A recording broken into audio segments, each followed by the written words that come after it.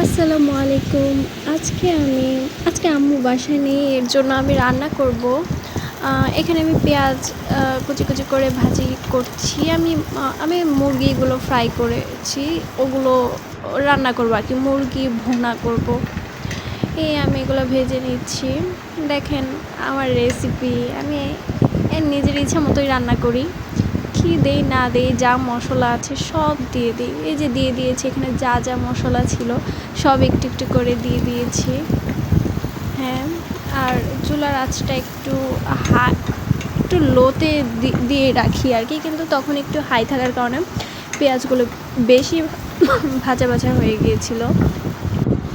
তারপর একটু লোতে করে দিলাম, একটু পানি দিয়ে দিলাম। এখন নাড়াচাড়া করে নিচ্ছি। বাটা মশলা দেখলাম ডিপ ফ্রিজে রাখা, তাই গুঁড়া মশলাগুলো দিয়ে করতে হচ্ছে।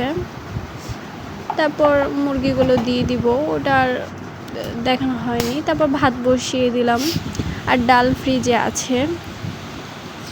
ভাত, ডাল আর মুরগি এই রান্না করবো আর কি। আর এখানে অনেকগুলো থালা বাসন আছে, এগুলো আমার ধুতে হবে।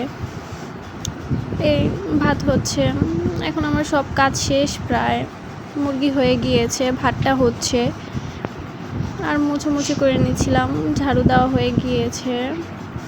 এখানে থালা বাসনগুলো আমি সব মেজে ফেলেছি। এই বাইরে একটু একটু বৃষ্টি হচ্ছিল, তারপর দেখলাম ভালোই বৃষ্টি পড়লো, অনেক বৃষ্টি হচ্ছিল। এই মুরগির গোস্তটা এই যে রান্না হয়ে গিয়েছে, দেখেন কালারটা কেমন গাঢ় হয়েছে।